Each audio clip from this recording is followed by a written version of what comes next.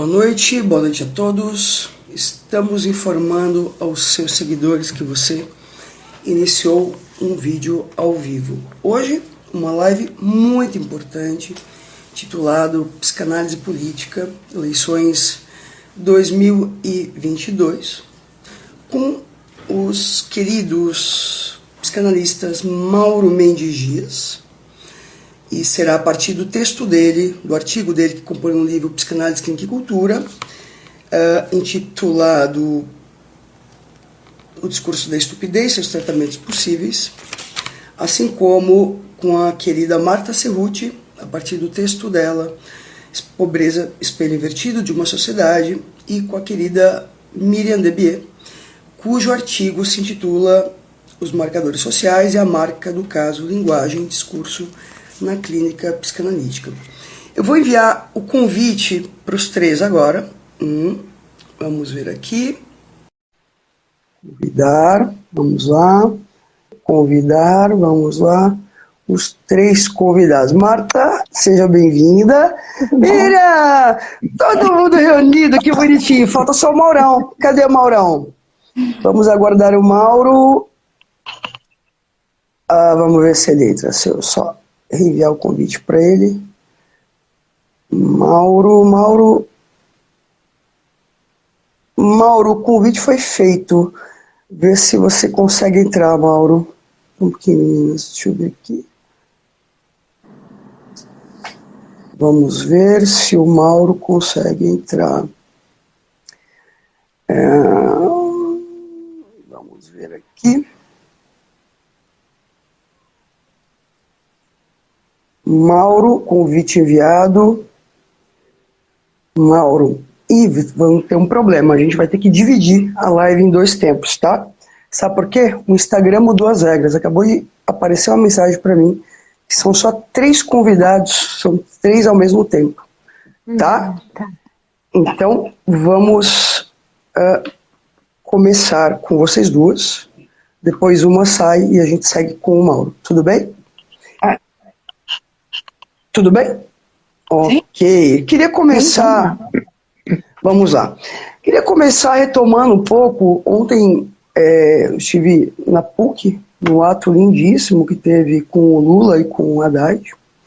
E eu fiquei extremamente feliz e impressionada com a diversidade de pessoas, assim como com a possibilidade de encontro entre diferentes pessoas envolvidas na política.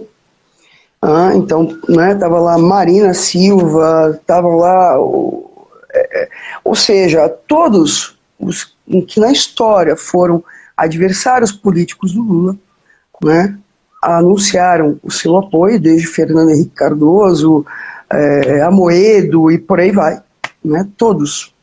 Thabit, que foi lá ontem também, né, e isso me colocou uma questão importante, né, que, de alguma maneira, né, diante de alguém escolhido, né, como um representante, né, democraticamente eleito, né, para governar uma polis, né, a partir dos anseios de uma população, me parece que Lula cumpre bem esse papel. Agora, hoje, estava eu na academia, e aí estava na Globo, e aí começa a aparecer propagandas. E é interessante que todas as propagandas que aparecem ali do Bolsonaro trazem algo importante. Primeiro, que Lula roubou. Ele é um ladrão. Segundo, ativam um certo fantasma do comunismo. Então Lula roubou, e Lula levou o que ele roubou, e aí aparece Cuba, Venezuela e mais um outro país. Veja, no texto do Mauro, e eu sei que vocês dois leram, ele começa, e depois eu retomo isso com ele. Mauro, você está assistindo, acompanha aí que depois eu te chamo. Ele começa dizendo assim: o discurso da estupidez nomeia um modo de funcionamento da posição do sujeito na relação com seus semelhantes. Queria frisar essa palavra, semelhantes. tanto em função do elemento que ocupa o lugar da verdade, quanto do que se produz nele. Tal discurso é sustentado por uma escrita que elucida seu modo de funcionamento. Minha pergunta para vocês duas consiste no seguinte: quando diz Lula roubou, a gente está tocando na questão de um semelhante que se sente lesado no outro. Como se Lula roubou, quer dizer, tiraram algo de mim. Tem aí uma dor narcísica envolvida. Queria retomar isso com vocês a partir de dois textos do Lacan. Primeiro, Os Complexos Familiares, em que Lacan vai falar do complexo de intrusão. E um outro texto importante chamado Agressividade em Psicanálise. Por que eu estou retomando esses dois textos do Lacan? Porque tem algo aí que se colocou na história como se... Né? E aqui é interessante porque o que aconteceu no governo Lula, nos anos que ele esteve no governo. E eu lembro que na época eu era professora na graduação, eu nunca vi, juro por Deus, tantos estudantes pobres, de classes desfavorecidas, entrando na universidade. E eu escutei muitas vezes de pessoas da classe média alta dizendo: o meu filho não vai estudar, o filho da empregada. Eu queria escutar um pouquinho vocês em relação a isso. Bora lá. Quem começa? Miriam ou Marta? Vai firme, Marta. Vai lá você, Miriam. Começa aí.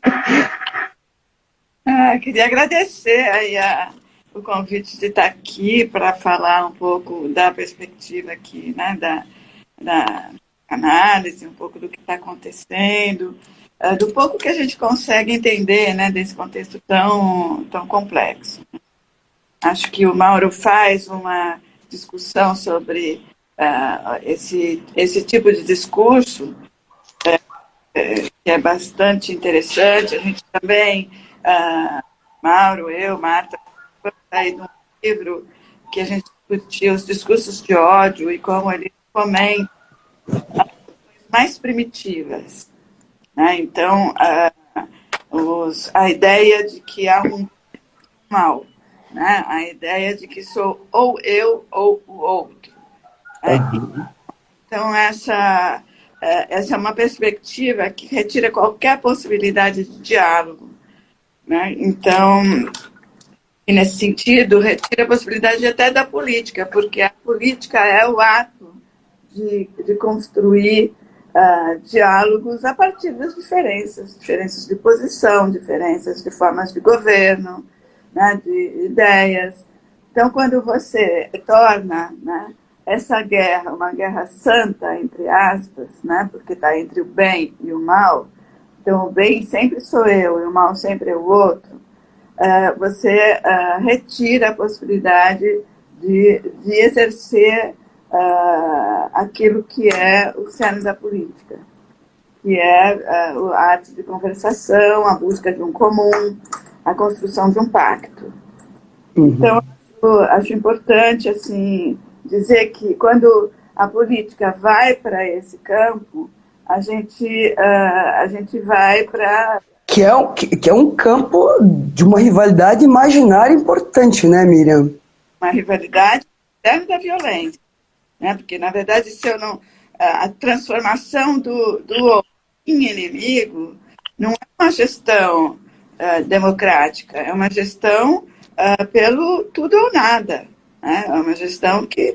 E é muito difícil quando se instaura esse tipo de lógica na política, você fazer uma discussão de plataformas de gestão. Né? Então, acho que o ato de ontem, vou destacar a fala da Marina Silva e da Tebet, elas falam justamente como eu posso, né, estar aqui do lado dela, sendo que eu defendo a Amazônia e tal, e ela defende aquele... Foi, é verdade, que lindo, claro. O agro. E justamente, né, até essa ideia de que o agro é do mal, né, e a floresta é do bem, é uma Sim. pobre, né? Quer dizer, é transformar todo produtor rural e todo o interior num ser menor. Então, ou pior do que isso, né? Do ser do mal. Né? Então, acaba a conversa e grande parte das pessoas se sente deslocada. Então, você fica com, de um lado, o mal é o comunismo, é o petista, é o... Ora nisso, Miriam, queria te escutar um pouco. E o mal, do outro lado, Segue, vai lá. Os incultos, né, os devastadores. Então, ficam, vamos dizer, qualificações muito superficiais e muito pouco adequadas para discutir, né, práticas de um país. Então, eu acho que tem uma certa arrogância de lado a lado, né, dos dois lados. de lado a lado, para Claro. fazer isso que a Marina fez naquele momento. Vamos conversar, né? Como que a gente concilia a floresta, né, com o agro. Por que está sendo colocado como antinomias? Né? Então, eu acho que aí, nesse momento, eu via a política acontecendo. Né? Uhum. O grande problema desta guerra, né, e que é uma suposta guerra religiosa, é justamente a interrupção, a chamada para o ódio, a chamada para o primitivo, onde você fica querendo um Messias, um Salvador. Né? Uhum. E ontem, naquele evento, a proposta não era de um Salvador. Né? Me parece... Tanto que chamou a atenção que o Lula ficou sentado o tempo inteiro, você lembra? Todos tomaram a palavra, o Lula desapareceu na cena. Olha, foi muito interessante. Foi super bonito ontem, super. Porque é isso, né? Foram pessoas das mais diversas linhagens políticas, que lembrou um pouco a época da Constituição de 88. Né? Teve um documentário na televisão retomando a Constituição, que também foi uma forma de acordo. E eu saliento que acordo, pacto, são as abordagens possíveis para pensar um país.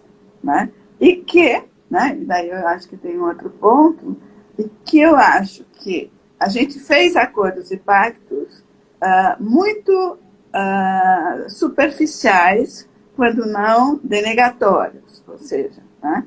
Acho que a gente fez acordos em relação à Constituição, não, mas em relação à forma como o país se organizou, ou seja, a partir da exclusão da maior parte da população, né,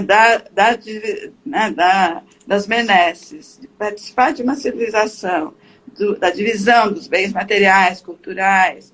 Então, quando você pensa a ida para a universidade de grande parte, né, da população que não tinha acesso, né, isso é divisão de bem cultural.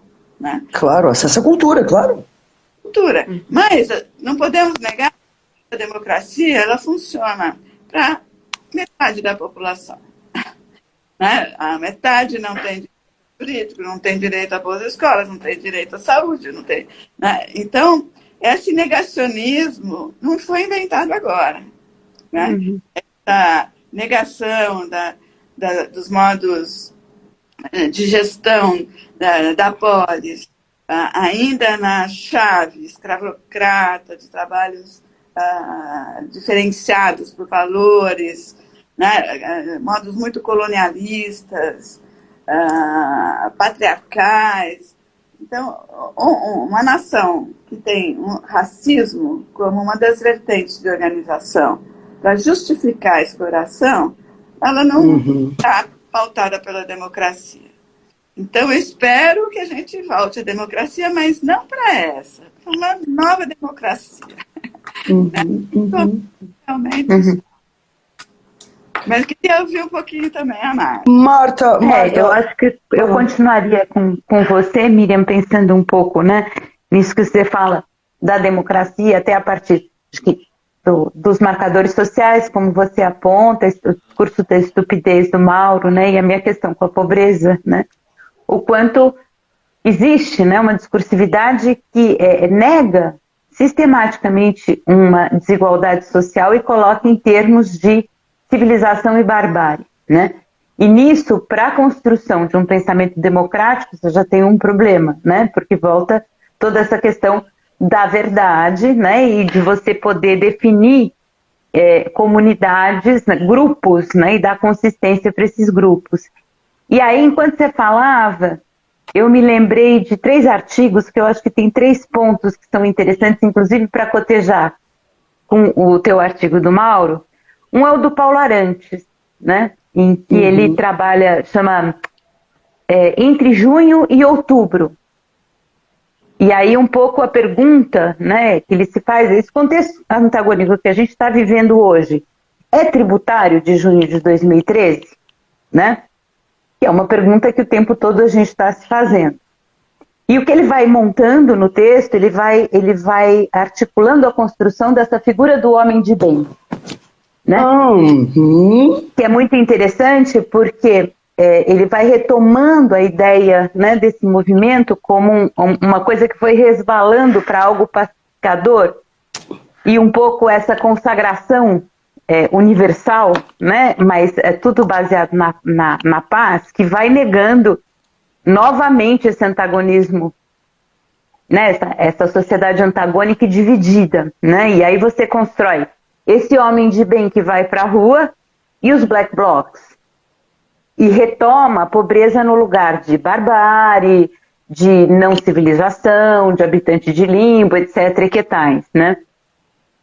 E também claro, mas inclusive, Marta, justificando o porquê que eles merecem estar né? nesse Porque lugar. Aí você cria essa figura, né?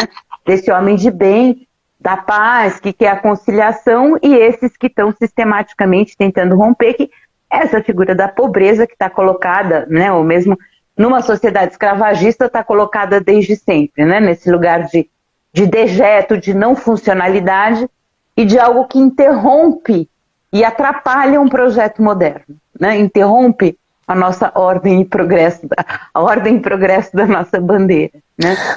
Queria te lembrar que a Tabit retoma que tem algo importante. Quando o Comte vai falar de ordem e progresso, em primeiro lugar está o amor. Está o amor. Está o amor. E o amor foi deixado de lado. Isso foi colocada a ordem e o progresso. Porque, na verdade, quando a gente fala de amor, a gente está falando de laço social. Sim, e a gente está falando de alteridade, né? Claro. Enfim.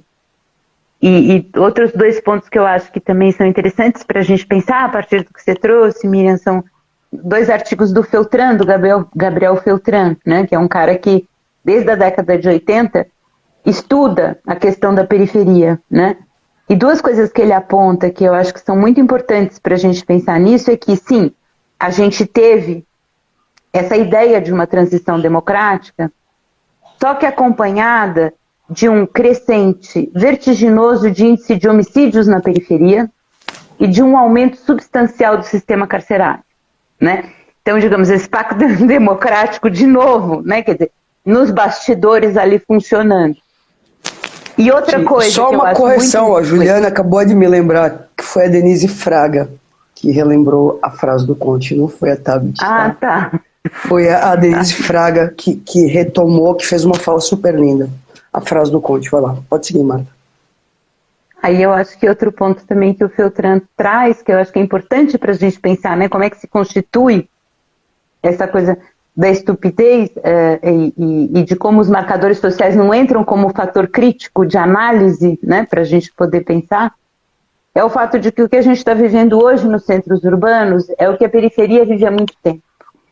Uma relação muito porosa com a lei. Né? A periferia veio para o centro. Né? Então, num certo sentido, essa relação porosa, né? Que fica, enfim, sempre essa legalidade que está sempre num estado de exceção, ela está colocada na periferia desde sempre, né? Quer dizer, sempre encarnada nessa figura do pobre. E me parece que o bolsonarismo conseguiu capitalizar isso muito bem, né? Enfim. Então, mas nisso eu queria introduzir um ponto importante, né? Porque ele consegue capitalizar isso em nome de um fator importantíssimo, a economia. Né? E é interessante, eu queria retomar um pouco isso com vocês. Por que vocês acham, né? Porque, veja, a Miriam traz algo importante. Bom, eu vou retomar um pouco a partir de Hannah Arendt. O que é uma posição política, ou o que é a política, se não a posição de um sujeito diante da polis. E quando a gente retoma a partir de Totem e Tabu, quando Freud vai falar do pacto civilizatório, e vai falar do assassinato do pai, justamente, Miriam e Marta, o que o Freud está anunciando ali? Enquanto a gente ficar buscando um pai da horda, o pacto civilizatório, ele desaparece. Porque a gente necessariamente entra num estado de barbárie. Porque o que é ter um pai da horda, se não ficar submetida aos arbítrios e aos mandos e desmandos dele. Que foi isso que a gente viu no governo Bolsonaro. Agora é interessante porque o que a gente viu, curiosamente? Um certo apagamento do próprio fio da história. Porque, veja, não basta muitas leituras, e nem ser doutor pela USP, nós que somos, não precisa ser doutor pela USP para relembrar coisas importantíssimas da história. Mas a impressão que eu tenho, que nessa loucura de o comunismo, porque o Lula roubou, é como se produzisse uma certa cegueira que as pessoas ficassem completamente cegas e surdas diante da própria história. Diante da própria história. Queria escutar um pouco vocês e mais, o que ativa, e aí tem algo importante. Bolsonaro ativou o que há de pior no ser humano. O que é como se tivesse aberto ali uma caixa de Pandora e tivesse colocado todos os males, o que há de pior no ser humano, à luz do dia. Né? E isso, quer dizer, todo mundo aqui sofreu efeitos. Queria uma frase de uma aluna, disse assim: professora, eu moro numa cidade do interior e eu estou desesperada porque a minha família está sendo ameaçada de morte caso não vote no Bolsonaro. Nesse nível.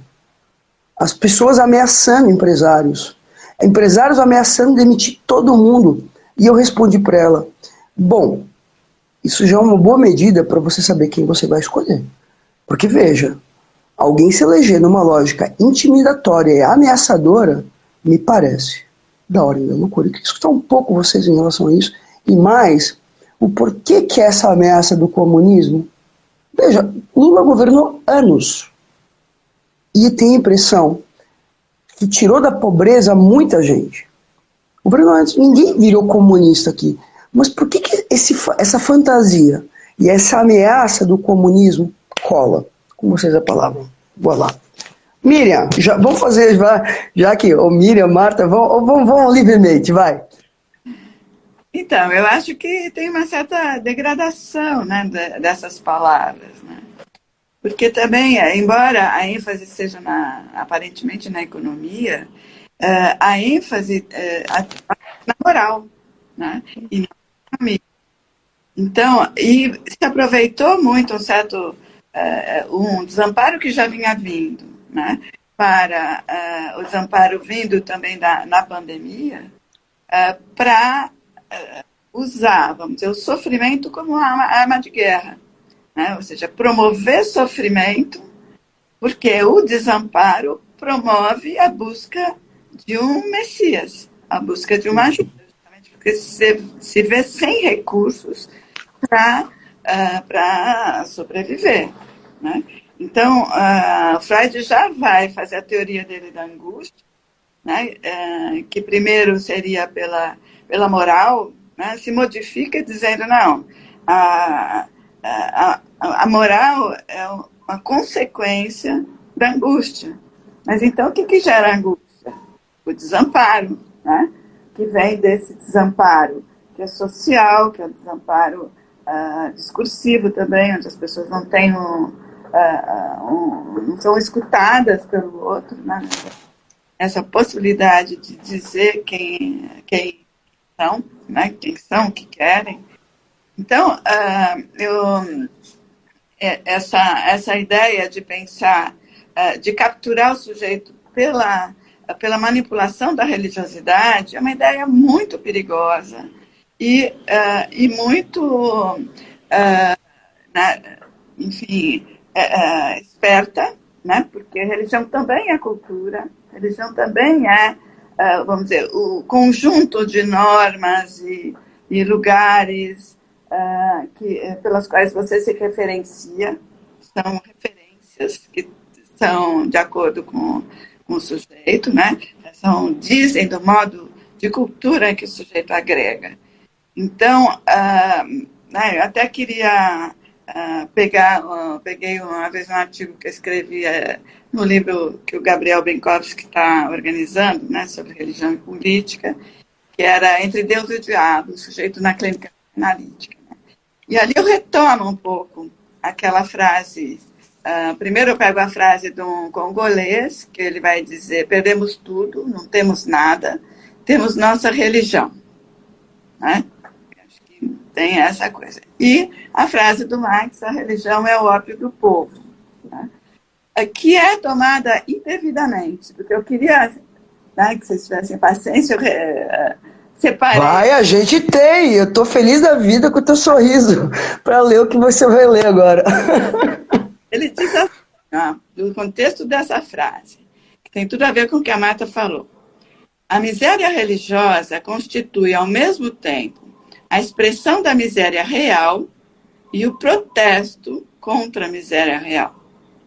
A religião é o suspiro da criatura oprimida, o ânimo de um mundo sem coração e a alma de situações sem alma. Ela é o ópio do povo. Então, assim, nesse contexto, ele situa a religião como uma forma de sobreviver ou mesmo de protesto à opressão. Então, vamos dizer, pegar algo que é muito precioso, né, na vida de cada um de nós, né, mesmo aqueles que querem uma sociedade laica, né, são, a maioria das pessoas tem algum tipo de religião, né? Então, tornar a religião como algo que é ou do mal, ou principalmente seguir o líder religioso que tem outras intenções, né, é muito perverso. Mas eu queria destacar que talvez a grande retorno a isto eu me lembro, né, e descrevo nesse texto até o caso de uma família que foi procurar atendimento porque a igreja dizia que se a filha dela continuasse fumando, né, ela teria que ser expulsa de casa aos 14 anos. E olha que... E eles procuram os psicólogos, a clínica da PUC, na época que eu trabalhava lá. Uhum. E é muito interessante, porque o pai estava convicto e a mãe não, né? Como assim? Tem que expulsar minha filha, né? E daí você começa a trabalhar um pouco o lugar, né, que a religião toma, como proteção, como referência, principalmente nas comunidades que não tem clube, que não tem direito à proteção da Miriam, onde o Estado saiu. Sai, a religião entra. Sempre. Quando a religião católica proibiu os padres das comunidades de base, ele retirou todo um trabalho que era feito com a população. Né?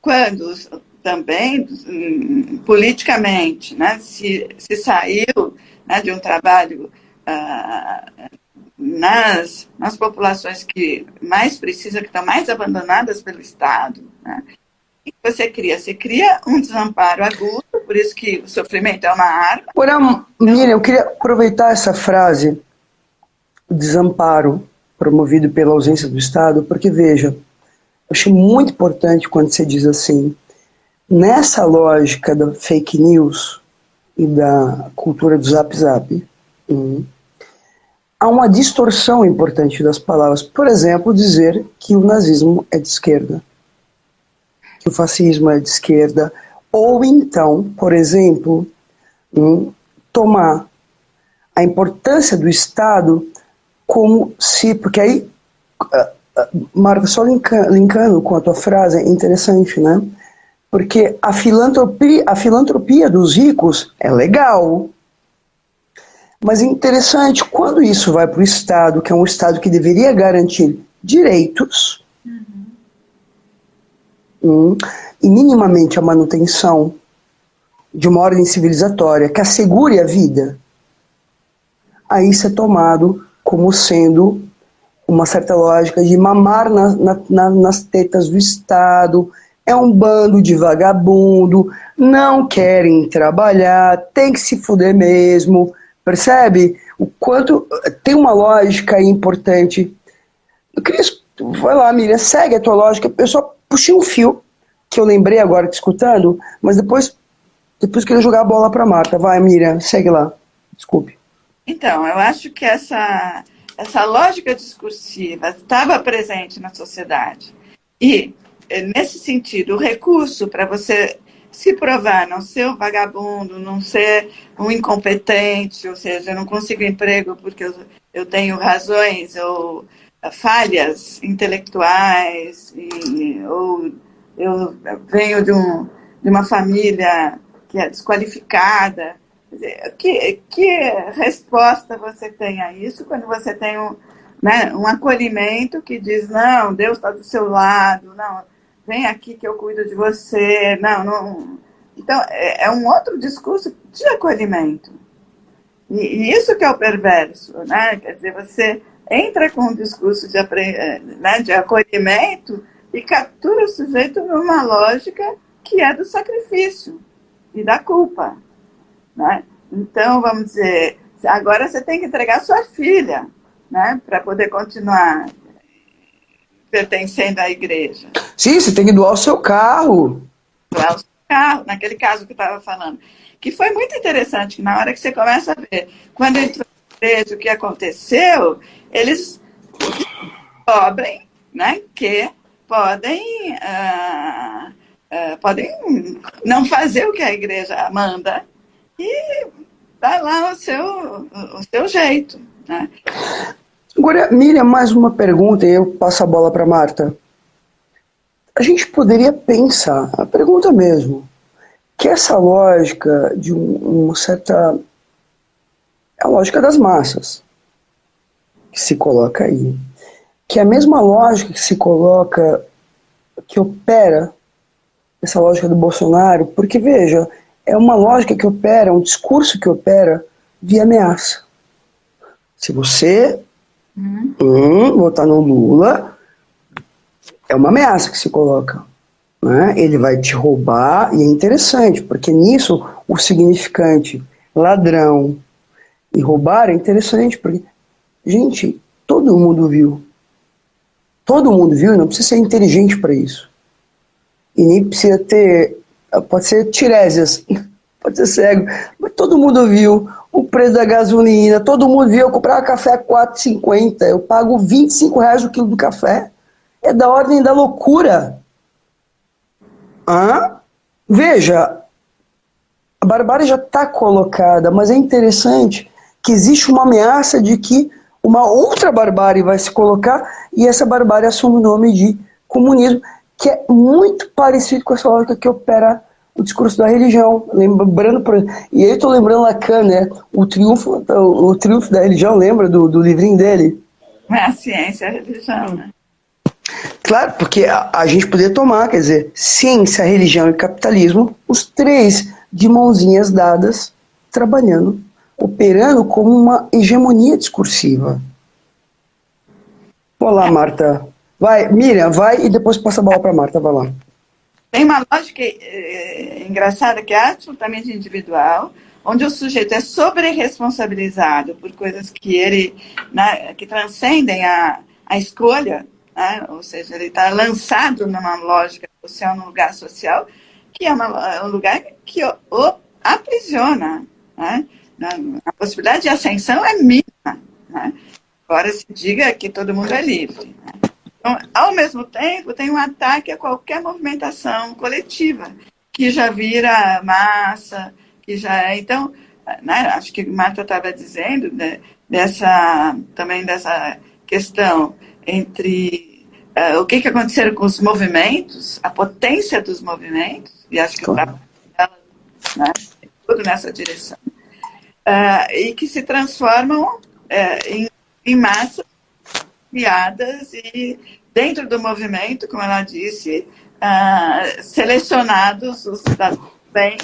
Né, então, eu acho que eu fico aqui passando a palavra para ela, já que eu falei. Eu acho que, né, nesse sentido, acho que é bem nessa ideia, né, de que existe um negacionismo aí que antecede, que diz respeito à própria constituição, né, societária, como os laços se organizam, né, e que sistematicamente vem sendo velado um pouco, até no meu artigo eu brinco um pouco com a ideia, né, da bandeira do Brasil e das bandeiras de outros países, né, que em outros países os símbolos, as cores das bandeiras representam batalhas emancipatórias, né, e a do Brasil é o verde das nossas matas, o nosso céu azul anil, o nosso ouro das Minas Gerais, né. Então, essa ideia, né, desse... Não, e só lembrar, Marta, só lembrando, Brasil sempre foi uma colônia de exploração, né? Sim, então, né, quer dizer, que a gente vê uma violência sendo sistematicamente negada e ela retorna, né, quer dizer, ela vai retornando das mais diferentes formas. E aí, quando você refere totem e tabu, acho que a gente tem que pensar assim, que a grande questão, acho que é uma questão importante para o Freud, é a questão da soberania, né? Do pai tirano da horda até o superego, não é uma constatação que ele faz. No mal-estar, ele não para no Hobbes, o homem é o lobo do homem, né? Ele pretende um método, né, para dar conta de desconstruir esse tipo de submissão. E aí vai mostrando o quanto, né, quer dizer, esse mecanismo de você poder formar essa coesão para garantir, comungar um ideal, né, ou que o mal-estar passe fora, bem fora, tem que estar de fora, alguém tem que ficar de fora, né? E o antagonismo, então, não entra como uma categoria de análise, mas acaba sendo aquilo que eu tenho que expulsar porque eu não quero ver, né? Quer dizer, eu não quero ver, por exemplo, né, se a gente for pensar a questão da negritude, que eu acho que é uma das grandes feridas que a nossa sociedade tem absolutamente resolvida, e que sistematicamente retorna, eu não quero ver um negro do meu lado porque ele vai me interrogar na minha própria Constituição, né? Quer dizer, esse estranho que tem em mim que eu vou ter que, de alguma maneira, me haver com as minhas contradições, né? E é justamente isso que se expulsa. Então aí você tem a construção desse homem de bem, né, que vai te proteger. Tá, mas Marta, nisso, só um adendo. Eu acho que tem um ponto importante, porque não sei bem se é uma expulsão ou se é uma certa fantasia de ser eleito pelo pai, escolhido. Porque quando fala na questão da negritude, toca também num certo imaginário que se produziu, fundamentalmente. Agora, toca o que a Miriam traz. Pelo discurso da religião, primeiro, de que Deus é branco, loiro e de olhos azuis. Não é a imagem de Jesus? Interessante, porque quando a gente olha um presépio, porque veja, eu estou falando da ocidentalização e da cristianização, né, que foram também grandes importantes elementos colonizadores. Lembra que os índios que foram dizimados no Brasil, Marta, foram dizimados em nome de um discurso religioso, cristão. Sim. Cristão, como se eles fossem não civilizados, E percebe? permanece até hoje, Michele. Acho que é justamente Perfeito, isso que vai perfeito, queria só se lembrar. reatualizando, né? Quer dizer, Vai lá. porque o sistema catequese, um pouco, né, a gestão filantrópica da pobreza, né, né? Então você, ou esse está de fora porque é delinquente, ou ele é absorvido, né? Ou ele está obediente, ou ele é um insurgente, né? E todas as Perfeito. nossas rebeliões, se você for pensar historicamente, as rebeliões nesse país, qual é o lugar que elas ocuparam, né? As insurgências dos desorganizados, dos baderneiros, né? Porque justamente eles vêm escancarar a nossa contradição. Na medida em que eles escancaram, eu quero expulsar, que é a mesma coisa do sistema religioso, né? E até tem um jornalista que eu gosto muito, que é o Anderson França. Ele é um jornalista negro periférico que não está no Brasil por ameaças que ele sofreu, né? Mas ele escreveu recentemente uma coisa que eu achei importantérrima. Ele disse: se vocês de esquerda estão achando que conversar com a periferia é conversar com o Mano Brown, vocês estão muito enganados. Vocês têm que se preparar para conversar com os evangélicos. E vocês não estão fazendo isso, né? Porque o furo, né, tem que ser feito nesse lugar, né? Porque o Mano Brown é um cara que já está, né? Tá num outro lugar, né? Ele está falando desde o lugar da falta, ele está falando desde o lugar da recuperação de uma Sim, mas Marta, só um detalhe, o furo é numa hegemonia que se produz. Sim. Porque veja, né? Mano Brown lança um som. O que cada um faz com isso é a invenção de outras coisas, mas é interessante. O furo tem que ser feito em todas as lógicas hegemônicas, que são as lógicas que acabam culminando em lógicas totalitárias. Vai lá, Marta. Desculpa, e só um adendo. Né? E estúpidas, né? Que é um pouco o que o Mauro vai trabalhando no artigo dele, né? Quer dizer, o que graça é essa estupidez, né? Enfim, então acho que tem um pouco essa questão de pensar que nessa ausência, como a Miriam vai apontando, né? Nessa ausência do Estado, nesse desamparo discursivo, né? Quer dizer, o que a gente pode, de alguma maneira, não ofertar, porque eu acho que sempre essa ideia da oferta é muito complicada, mas o que a gente pode escutar a partir daí para poder fazer novas proposições, né? Quer dizer, construir devires possíveis, né? Enfim. Eu estava lembrando também, retomando a coisa do Lula roubou, né? É ladrão, que não é dado para... Mas, Miriam, eu só queria, para quem está assistindo a live, é muito mais tomar o Lula roubou, o roubar aí, o ladrão, como um significante. Eu gostaria de, assim, marcar isso na live de hoje, porque se a gente toma como um significante, se coloca a pergunta, ele roubou o quê e de quem? Vai, Miriam. Isso, essa lógica discursiva que o Mauro fala, da estupidez, vai falar daqui a pouco, ele não está querendo discutir isto, né? Roubou, né?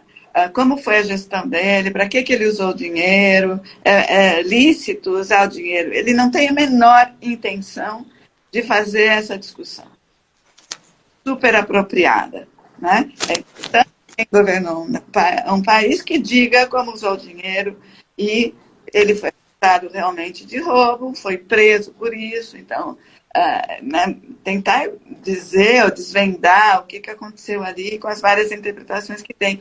Não há intenção de fazer isso.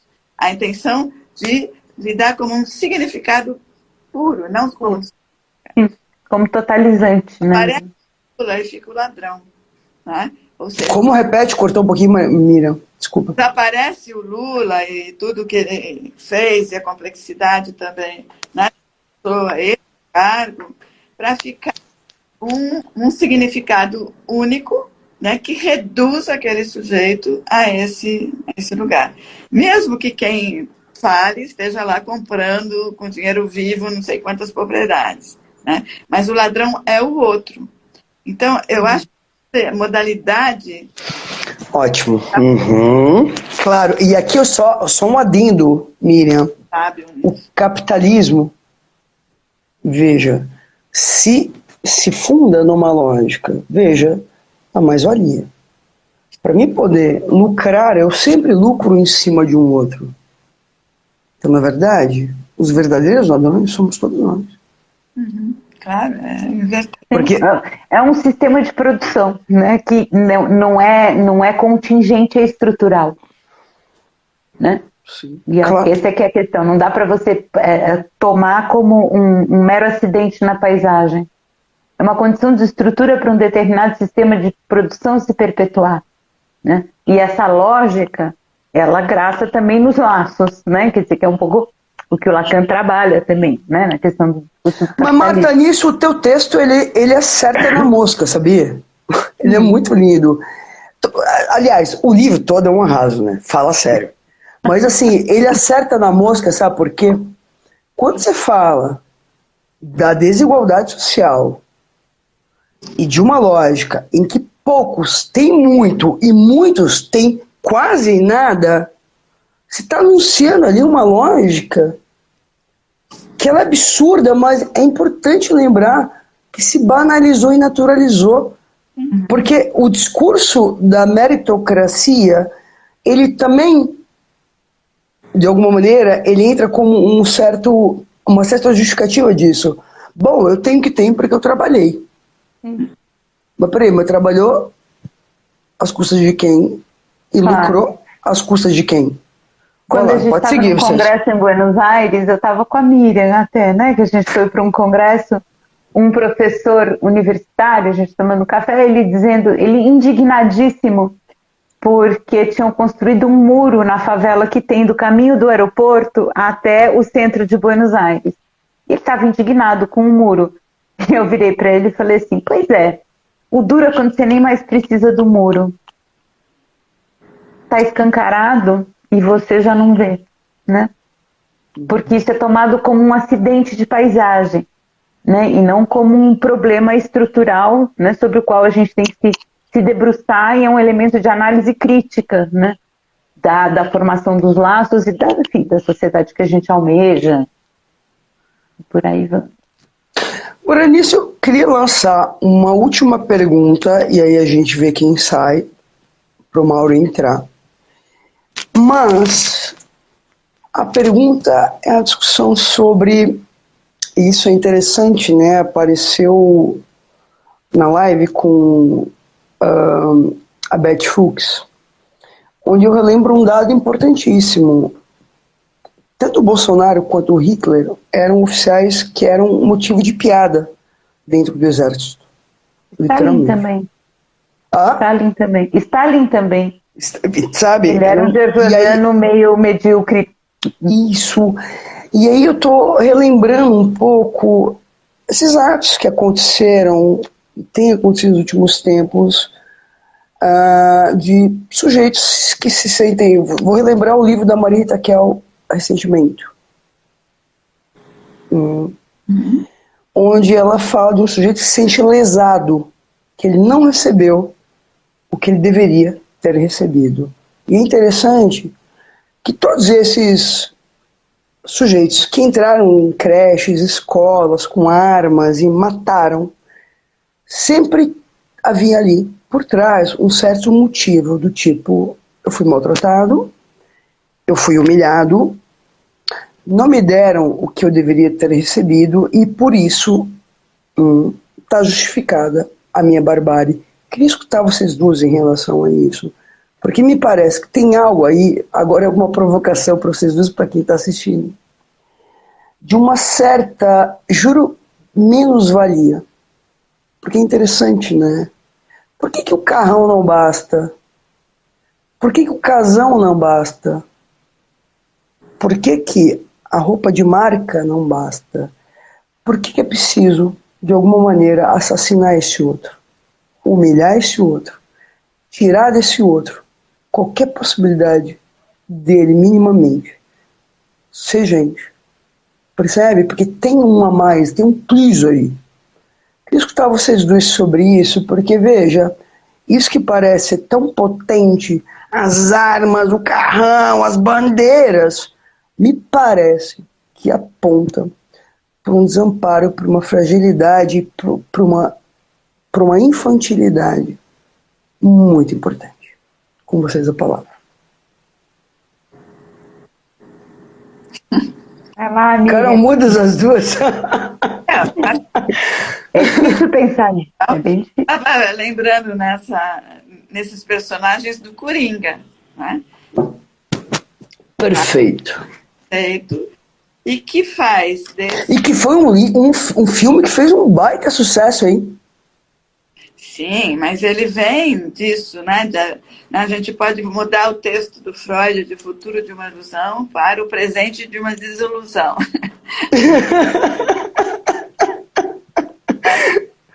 E vamos dizer, o iludido é aquele que mantém a ilusão, é que não rompeu a ilusão, porque ele insiste em que a vida tem que ser de um jeito perfeito. Lembra do termo do Lacan, né? Infância generalizada, né? Que são sujeitos infantilizados em busca de um pai que bote a casa em ordem. Ou seja, vai. E esse excesso narcísico, ele não se esgota, né? Porque, como o Zizek disse, como você não lida com o real, é preciso humilhar muito, né? É a humilhação do outro, é a pobreza do outro que me faz grande, não é o meu dinheiro. Claro, que lindo isso, Miriam. Então, uau. É exatamente uau. Uma lógica... Forte isso. Né? Então, esse narcisismo vazio, porque o que acontece com esse sujeito quando ele está lá em casa? Né? Ele puxa, ele acaba. Então, ele precisa de reativar essa lógica, né? De vai, de mata. Eu acho que essa lógica de extrema-direita que está aqui também no mundo descobriu a micropolítica. Eles estão agindo a partir ação dos afetos, né? De tal forma em que o sujeito se vê representado, né, nesses atos violentos. Né? Então, e a partir ali do afeto. Por isso que eu comecei falando que hoje em dia o sofrimento é uma arma de guerra. Né? Porque se ele sofre, qual o jeito dele dar o retorno? Né? Eu e Marta trabalhamos muito com a questão dos meninos que cometem infração, né? Você vem como uma resposta para tirar aquilo que te tiraram. Né? Então, o outro é sempre culpado, né? O outro... E eu não tenho falta, eu não tenho responsabilidade. Né? Mas, Miriam, eu achei super bonito, porque é dos dois lados. É dos dois lados, porque, veja, tanto um quanto o outro, e nisso, Marta, a provocação. Olha que importante, né? Como se, de alguma maneira, tem aí algo do tipo, de um lado, né, eu não estou tendo o que eu deveria, porque alguém está tirando isso de mim. No lado da classe média alta ou mais favorecida, e por isso a necessidade de extermínio desse outro. Vou lembrar o projeto, Marta, projeto nazista. Vamos matar os homossexuais, os judeus. E a Beth Fuchs retomou algo importante, que estuda isso há muito tempo, né? Que era preciso, como os judeus foram, como é o comunismo hoje, né? Foram eleitos como sendo aqueles que impediam os outros sujeitos de terem o que eles achavam que mereciam ter, que era um desenvolvimento econômico, taranana, criaram um campo de concentração. Bom, vamos matar todo mundo que, literalmente, né? Impressionante como é que a gente tem essa capacidade enquanto ser humano, né? Vamos matar, incinerar, e era isso, e um abraço.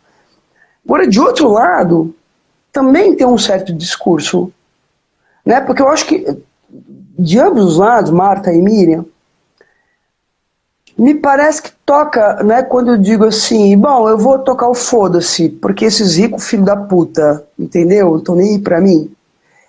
Toca no mesmo ponto, que é o ponto da desresponsabilização do sujeito sobre, e aí que e vocês duas tocam no artigo de vocês, e eu quero produzir essa tensão, na desresponsabilização do sujeito frente à polis, frente à sua condição. Agora, veja, o que vocês trazem no artigo que é magistral e muito importante? Não dá, porque me parece que é isso que é o discurso que faz sucesso hoje. Cara, eles estão lá porque querem. Um bando de vagabundo, não trabalhar, recusando e denegando, e de alguma maneira recalcando, toda a história que culmina. Fala sério, meu filho estuda, veja, eu tenho, né, 3 filhos que estudam em escola particular, que são caras. Desculpa, dizer que o cara que mora aqui na favela do lado da minha casa tem a mesma condição de entrar na faculdade, gente, é uma piada. E mais, né, eu queria escutar um pouquinho vocês isso, porque me parece que a parte que não é levada em conta, e nisso, me parece que a política do Lula em relação às cotas, porque, veja, tem uma dívida que nós temos com os caras que foram escravizados, com os índios que foram dizimados, é uma dívida simbólica. E me parece que a recusa dessa dívida é o que faz com que a gente repita a mesma lógica dos portugueses que vieram para o Brasil, estraçalharam os índios e os negros. Vai lá, com vocês a palavra, e depois a gente chama o Maurão. Tá. Qualquer coisa saio eu, né? E ficam vocês 3. E eu assisto aqui, de camarote. Eu saio numa boa. Olha, não, imagina. Vai lá. Eu acho que a recusa da dívida, justamente, é porque você nega, né, com a democracia social, você tem a democracia racial, você tem muitos discursos da história. Não teve ditadura, não teve tortura, ou a tortura até foi boa porque eles mereceram, né, que é o discurso do Bolsonaro. Então, claro, Ustra, o grande Ustra. Então, acho que você tem um projeto aí, né, que é imprimir essa lógica do merece, né? Ele foi torturado porque ele mereceu, eu já vi isso, né? Não foi só dele. Né? Eu já ouvi isso nas minhas relações. Bom, mas estava... né? O que ele estava fazendo? Lutando contra o governo. Né?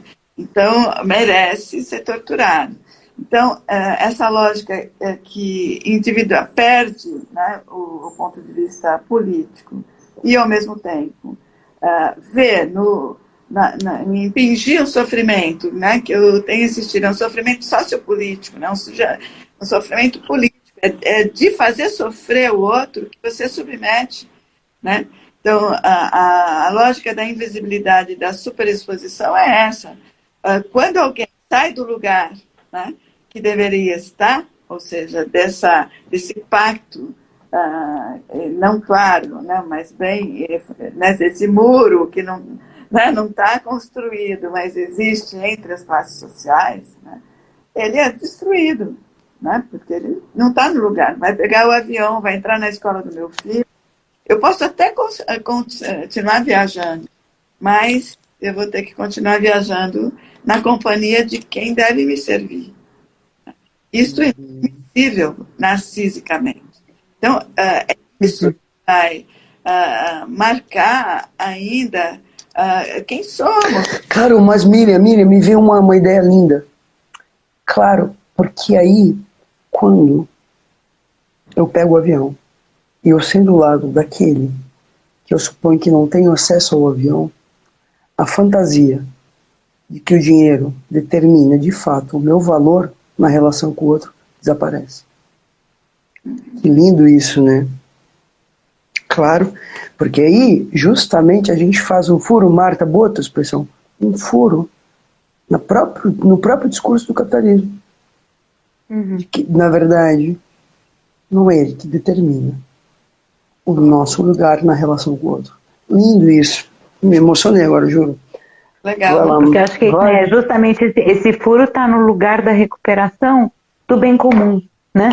Quer dizer, de uma ética do bem comum, né? E que aí supõe esse outro, porque para eu existir, que é bem, né? A imagem especular, né? Quer dizer, o desencontro da minha experiência do corpo e desse ideal que é projetado, tem que ser eliminado aqui, né?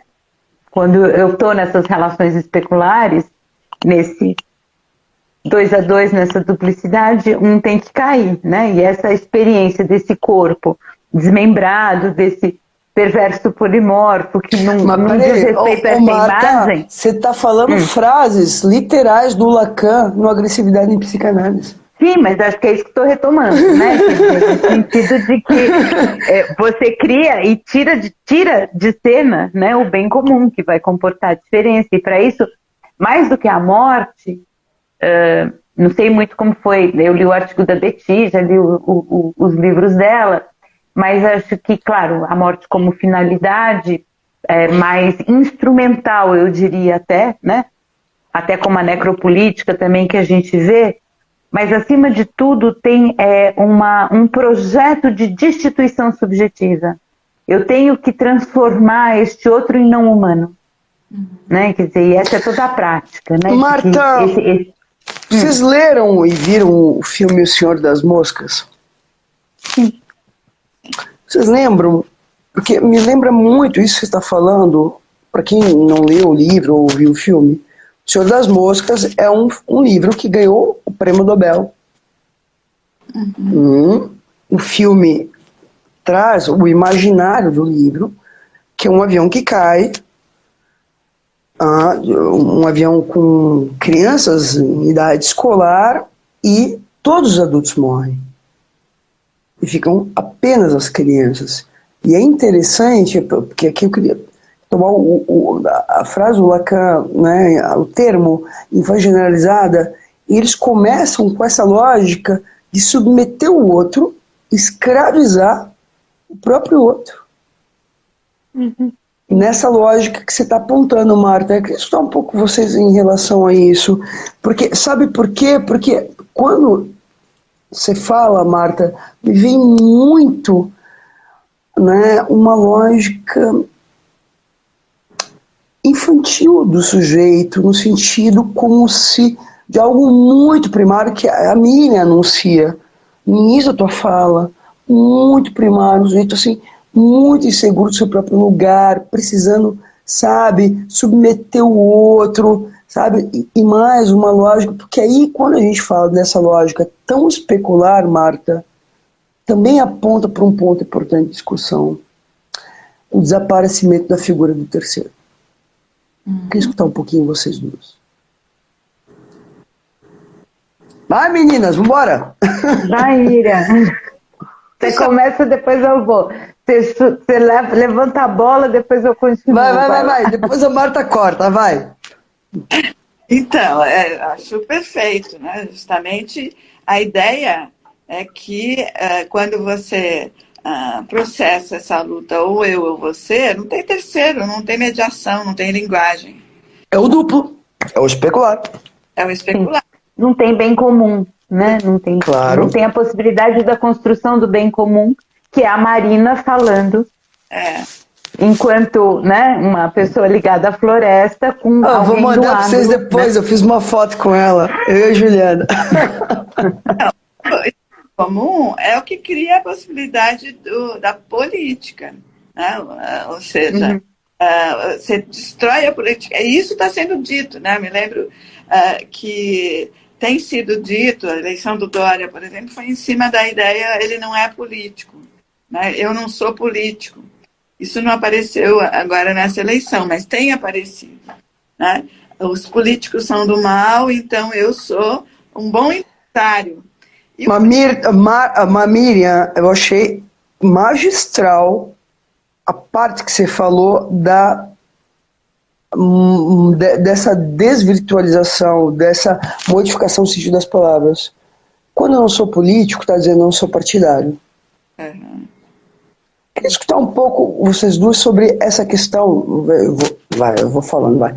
Mas essa confusão entre o político e o partidário, que eu acho que é algo importante para ser, porque é interessante, né? Porque é interessante porque a gente está aqui falando da polis, do pacto civilizatório, da responsabilização do sujeito dentro da polis, diante da política. E se bobear, a gente sai daqui como petista, ou seja, como partidária. Sim, eu vou votar no Lula, eu quero anunciar e deixar isso muito claro. Vou votar no Haddad e mais, vou votar em tudo aquilo, Marta, que faz laço e possa promover alguma modalidade de pacto civilizatório. Veja, agora por que isso passa a ser tomado de uma maneira imaginária como se fosse tomar partido e quase numa certa lógica de pertencer a uma igreja? Vai lá. Pode seguir. Sim, porque eu acho que retoma, né? Quer dizer, um pouco isso que a gente está falando, dessa ótica neurótica de sempre procurar esse soberano que vai apartar de mim toda essa conflitiva, né? Tanto que você fala, também vou votar no Lula, também declaro meu voto no Haddad.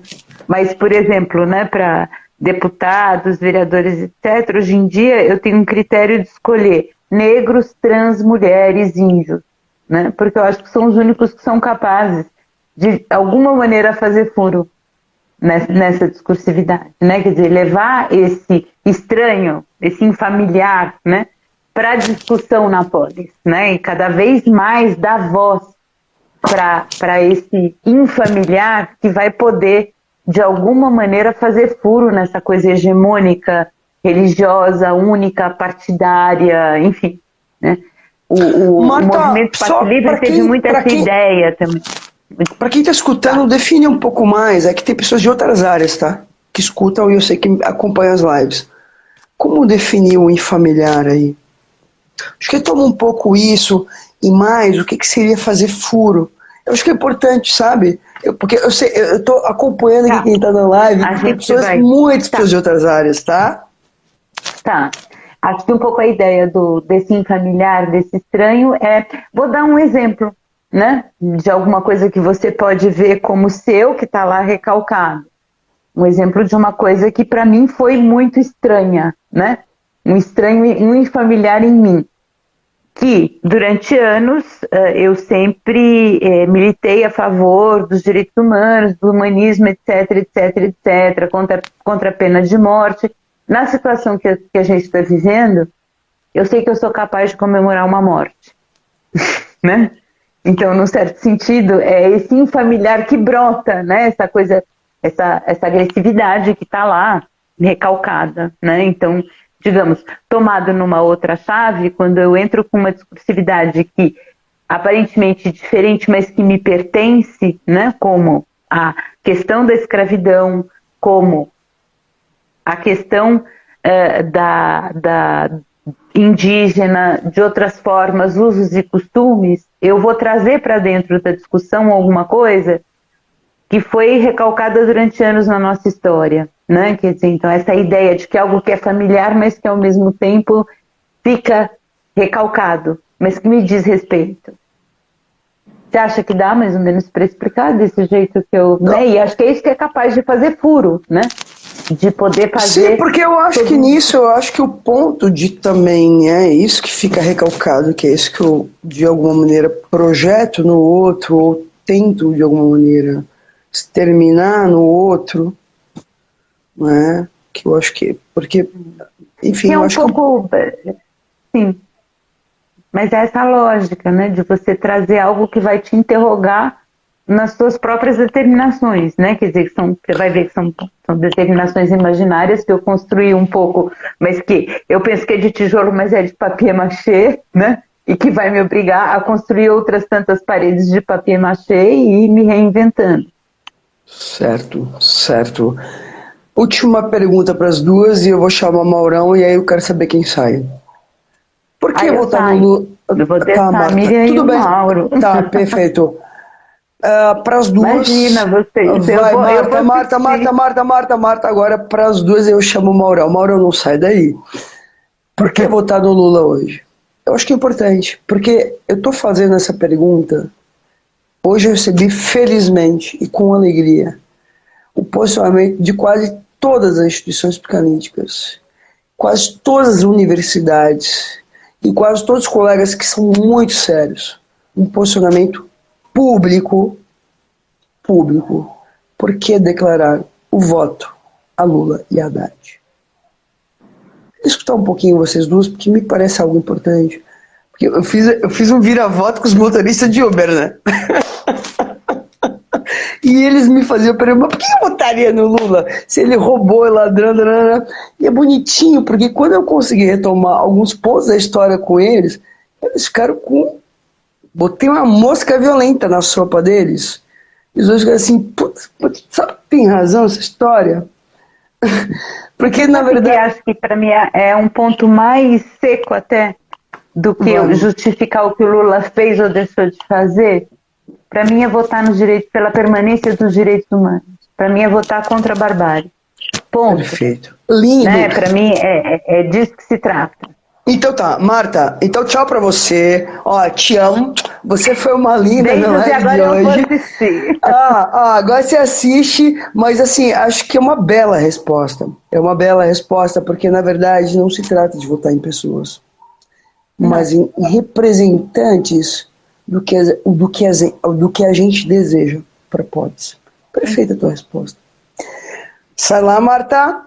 Tchau, tchau. Beijos, Você sai, Miriam. chama o Maurão. Maurão, espero que você esteja aí, por favor. Eu não tô vendo zap coisa nenhuma, tá? Beijo, Marta. Obrigada, viu? Você foi super importante. Ok, Miriam, chamando o Maurão agora. Mauro. Ai, Mauro. Convidar Mauro. Ele vai me matar. Que fiz ele esperar tanto. Mauro, convite feito. Será que o Mauro foi dormir? Acho que não, né? Vamos ver. Mauro, convite feito.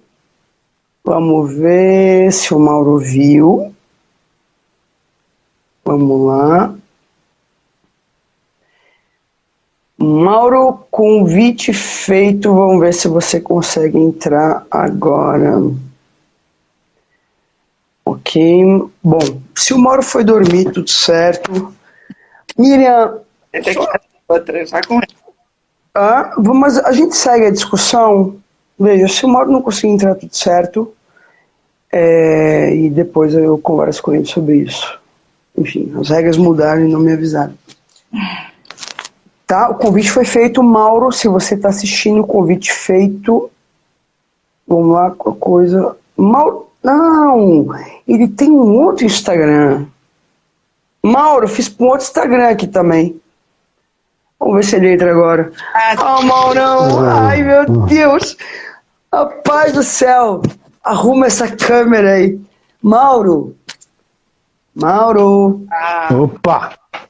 Meu amor, não tô te vendo. Você tá no escuro. Acende a luz aí ou muda a posição da câmera. Eu tava aqui com o coração na mão, Mauro. O Instagram me enganou. E agora travou, tinha travado. Então sai e entra de novo, meu amor. Não. Tinha travado antes de entrar agora. Só que a gente não tá te vendo, meu amor. Eu tô. Você tá no escuro? Não. Tá vendo? Eu tô vendo perfeitamente. E por que eu não tô vendo mal? Pois é. Coisas. Mas que coisa doida. Deixa eu ver aqui. Por qual Instagram que você entrou, Mauro? Pelo seu. Não, sim, mas tu entrou pelo Mauro Mendes Dias ou o outro? Mauro não sei o que, tem um outro número lá no meio. Qual dos dois você entrou? Mauro Mendes Dias. Certo. Deixa eu ver aqui. Mauro, sai e entra de novo, por favor. Eu não tô te vendo. Consegue? Tá bom. Eu reenviei um convite pra você. Que louco, né? Por que eu não tô vendo o Mauro? Não, Mauro, você me enganou. Você entrou pelo Mendes, alguma outra coisa. Peraí. Por isso que eu não tava te vendo, meu. Peraí, Mendes. Certo. Entendi. É que são dois convites feitos aqui. Tá, Mauro. Vê se consegue entrar agora.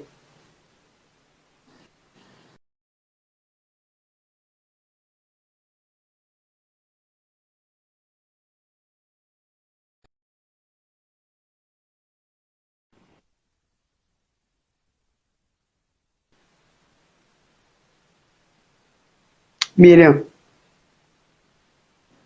Acho que deu mais Miriam? certo. Oi?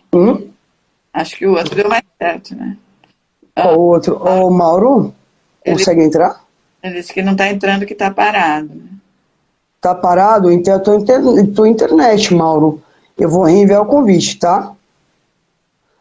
Miriam, eu fiquei morrendo de medo agora. Eu achei que a live tinha fechado. E se fechar sozinha, a gente perde tudo.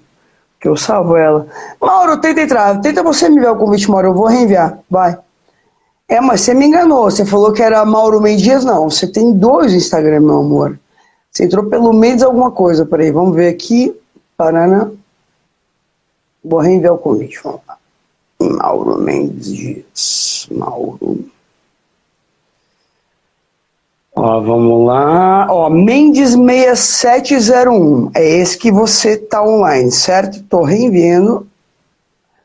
E talvez... Deixa eu só ver uma coisa. Mauro, você consegue... Ah, tá. Então agora vai dar certo. Sabe por quê? Porque esse outro Instagram eu não sigo. Viu? Vamos ver se consegue entrar agora. Mauro, vamos ver se consegue entrar agora. Não tá entrando pelo Mendes número alguma coisa? A minha filha tá online. Oi, Maria Clara. Tá lá em Blumenau. Mauro, você entrou pelo Mendes alguma coisa e eu não sigo esse Instagram, porque você não avisou que você tinha esse Instagram. Você consegue entrar pelo Mauro Mendes Dias ou então você me envia o convite por aí. Consegue ou não? Mauro. Vamos ver. Vou tentar reenviar de novo.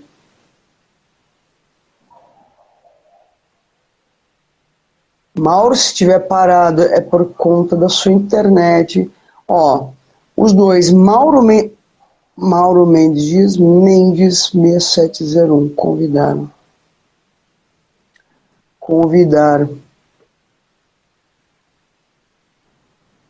Os dois convidados.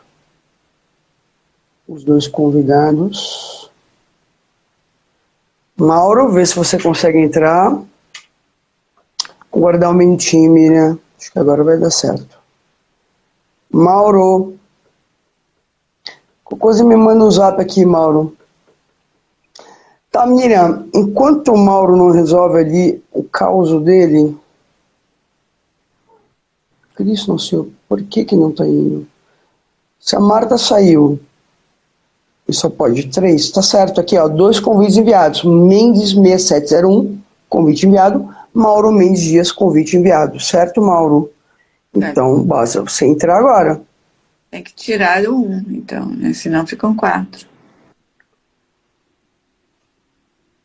Mendes 6701. Tá. Mauro Mendes Dias. Ó, eu vou tirar o Mauro Mendes Dias, certo? Você entra pelo... Então, faz o seguinte, Mauro. Tira o Mendes 6701. Entra pelo Mauro Mendes Dias, certo? Vou reenviar aqui o convite. Tá? Porque o Mauro Mendes Dias eu sigo. Eu não sei se tá certo. Tá, ó, Mauro Mendes Dias. Convite reenviado, Mauro. Ok, vê se você consegue entrar por esse. Acho que agora vai. Vamos ver se vai.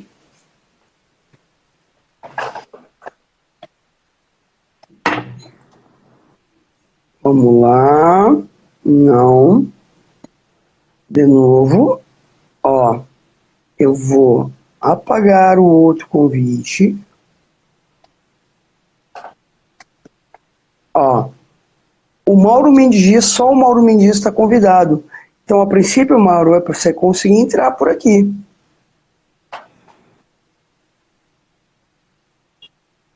Vamos lá, Mauro. Consegue entrar? Bom, Mauro não vai. Quer me mandar um zap aí, Mauro? Mauro Mendes Dias não pode participar, mas por que Cristo? Então, fazer o seguinte, Mauro, eu vou encerrar com... Vamos lá, eu vou encerrar com a Marta e com a Miriam. eu vou chamar a Marta de volta.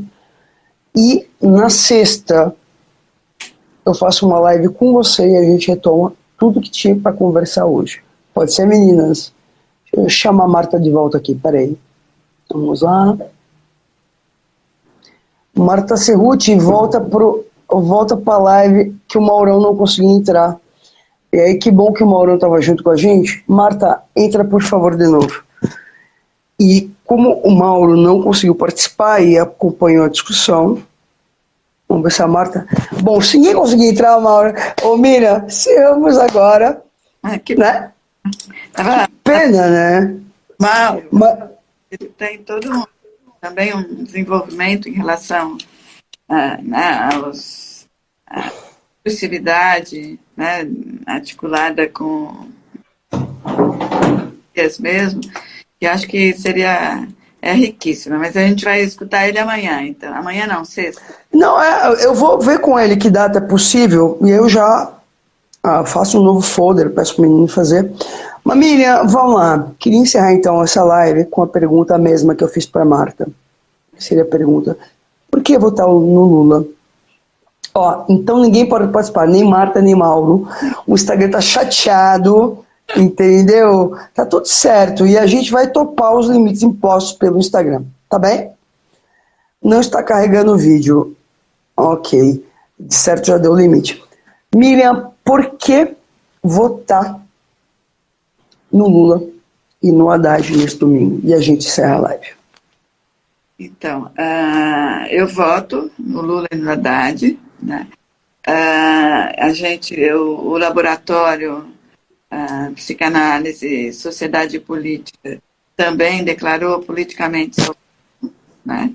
A Marta faz parte também, né? Então, acho que o nosso grupo, algumas das pessoas estão aqui nos escutando, e é basicamente porque o que a gente considera como política, né, como poder trabalhar pelos interesses da polis, está hoje, né, relacionado ao campo essa frente democrática que surgiu, que o Lula e o Haddad representam. Né? Então, o voto é um voto numa sociedade plural, democrática, e que realmente se construam caminhos para problemas efetivos da nossa sociedade, ou seja, vamos pôr na mesa quais são essas questões, né, e que modos a gente tem de trabalhar com elas. Então, quanto mais avança a campanha, mais o uso do dinheiro público para uma máquina eleitoral. Claro, você fala, bom, os outros também fizeram, né?